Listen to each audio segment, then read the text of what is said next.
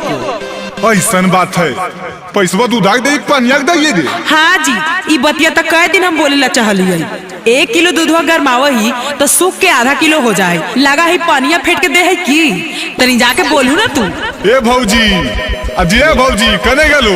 हाँ की बात है? आई जी जे दूधवा ले जाओ को तो इनसे हमर बेटवा रोज लगो एकदम नीचा पनिये दे हो की जी, अगर भैया पर पावर मास पे चढ़ो।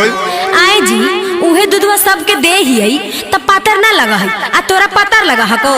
ए जी तो हमर बेटवे तो कहे था को कि पानी मिलाते देखलिए। नहीं नहीं, ई बड़ी झूठ बोला हकू, कखनी पानी मिलल की जी? हाँ हाँ, हम परसों देखलिए इनका दूधा पनिया मिक्स करते।